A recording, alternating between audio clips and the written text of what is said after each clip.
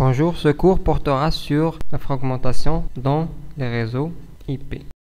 Donc les différents types de réseaux qui existent aujourd'hui ont tous ce qu'on appelle un maximum transfer unit. C'est le nombre maximum de bits qu'on peut faire passer par ce réseau-là. Donc par exemple sur Ethernet, la taille maximale d'une trame c'est 1500 octets tout simplement. Dans X25, la taille maximale d'un paquet c'est 576, etc. Donc pour chaque type de réseau, il a une taille maximale de paquet qui permet de transporter. Donc si un paquet dépasse cette capacité-là, donc il faut le découper en plusieurs morceaux. Donc ce découpage s'appelle la fragmentation. C'est utilisé dans les réseaux IP.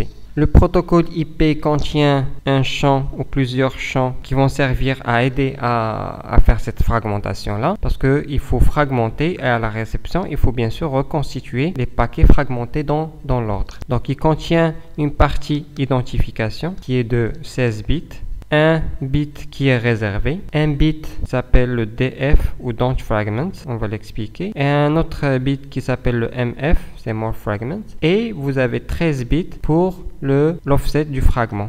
L'offset c'est le décalage par rapport aux autres fragments du paquet. Alors le Don't Fragment, quand on le positionne à 0, ça veut dire qu'on peut fragmenter le paquet. On peut aussi choisir de le positionner à 1, ça veut dire qu'on ne veut pas que le paquet soit fragmenté. Donc les routeurs qui sont intermédiaires qui vont recevoir votre paquet, si le réseau de l'autre côté a un MTU qui est inférieur à la taille de votre paquet, tout simplement, il va tout simplement le rejeter puisque vous avez choisi de ne pas le fragmenter.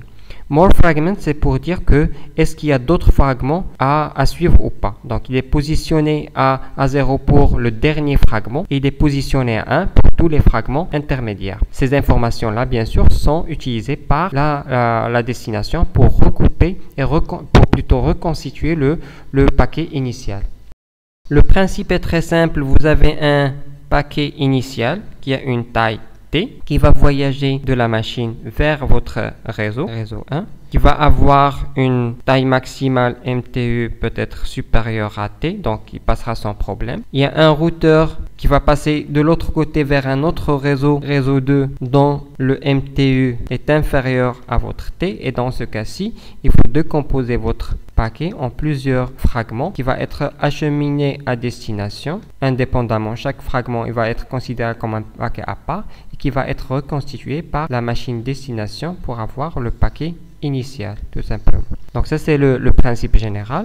Donc vous avez le premier paquet qui est constitué de deux parties bien sûr, c'est l'entête et vous avez les données. Alors ce paquet là, quand il est fragmenté, on va fragmenter les données en plusieurs éléments et à chaque élément on va ajouter bien sûr une entête. Donc la taille globale des fragments va être supérieure à la taille initiale du paquet, puisque pour chaque paquet on a ajouté une entête qui est minimalement de taille 20 octets pour les réseaux IP.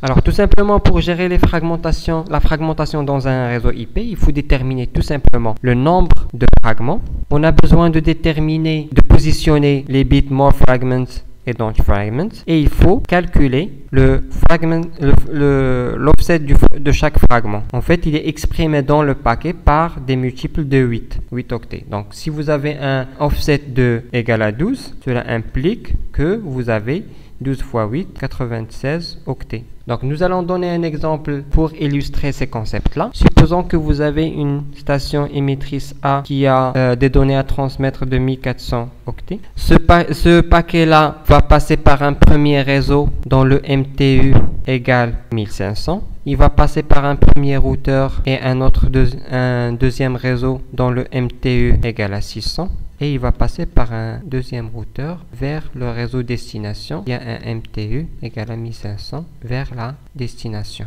Donc le paquet, il peut passer le premier réseau sans problème puisque 1500 est supérieur à 1400. Et ça, c'est 1400 en termes de données. Bien sûr, il faut ajouter l'entête, mais on suppose l'entête minimale dans le protocole IP, c'est 20 octets. Donc ça fait 1420 octets qui est inférieur à 1500. Donc le paquet va voyager entièrement sans fragmentation à travers ce réseau-là. Il arrive vers le routeur R1 qui sait que le réseau de l'autre côté a un MTU égal à 600, donc il sait que le paquet faisant 1400 ne pourra pas passer à travers ce réseau-là. Donc il va prendre la décision tout simplement de fragmenter ce paquet-là.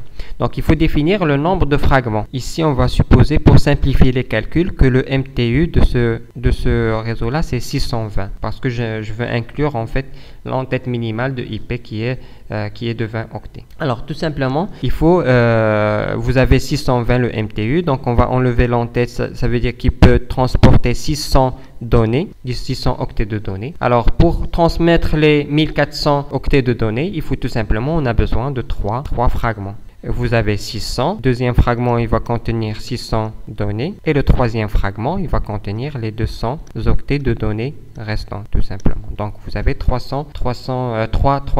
fragments. Maintenant, comment positionner les différents champs dans le réseau, dans le paquet IP? On revient au paquet, vous avez une partie identification, vous avez un bit qui est réservé, qui est mis à 0. Vous avez le don't fragment, bien sûr il faut le positionner à 0 pour pouvoir le fragmenter, et vous avez le more fragment, il va être positionné à 1 pour le premier fragment, le deuxième fragment aussi il va être positionné à 1, pour le troisième fragment le more fragment va être égal à 0, ça veut dire qu'il n'y a pas d'autres fragments à attendre. Maintenant pour l'offset, comment on le calcule? Le fragment offset, comme j'ai dit, c'est un multiple de 8 octets. Je rappelle ici que le MTU égale à 620 octets, donc 600 octets de données utiles, et on a un paquet de 1400 octets de données. Donc le premier fragment va faire passer 600 octets de données. Ça c'est la longueur des données. Vous avez le more fragment, comme j'ai dit, était positionné à 1 puisqu'il y a d'autres fragments qui vont venir. Le offset, comme j'ai dit, le offset c'est le décalage par rapport au premier bit du paquet original. Ici il n'y a pas de décalage parce qu'on commence à partir du premier octet. Donc c'est le premier octet. Deuxième fragment, on va transmettre 600 octets aussi. More fragment, le bit va être positionné à 1. Et l'offset, puisqu'on a déjà transmis 600 octets, donc il faut se décaler par rapport au paquet initial, il faut se décaler de 600 octets. Comme c'est positionné au multiple de 8, donc les 600 divisé par 8 égale 75. Donc ici, le offset va être égal à 75, tout simplement. Pour dire que lorsque la machine réceptrice reçoit ce fragment-là, elle va regarder l'offset et elle va savoir qu'elle doit le positionner à la deuxième position par rapport à tous les fragments. Au troisième fragment, on va envoyer les 200 octets restants. Le more fragment va être égal à 0 puisque le dernier fragment. Et ici, l'offset, le déplacement par rapport aux deux autres fragments, puisqu'on a envoyé 600 plus 600, ce qui est égal à 1200, divisé par 8, égale à 150. Donc ici, le offset égale à 150. Donc le offset, en fait, c'est comme s'il va donner l'ordre des fragments dans le paquet initial. Celui qui est à 0, c'est le premier. Ainsi, on fait un tri. Simplement, on va ordonner le offset. On va avoir l'ordre des offsets. Alors, comme on a vu, donc, la fragmentation dans les réseaux IP permet en fait de décomposer un paquet IP en plusieurs sous-paquets qu'on va appeler des fragments. Cette contrainte est imposée par chaque type de réseau qui a un MTU, donc un nombre maximal de bits ou d'octets à ne pas dépasser. Donc quand on est devant cette situation-là, il faut décomposer en plusieurs sous-paquets pour arriver à traverser ce réseau-là. Le paquet IP nous donne plusieurs champs dans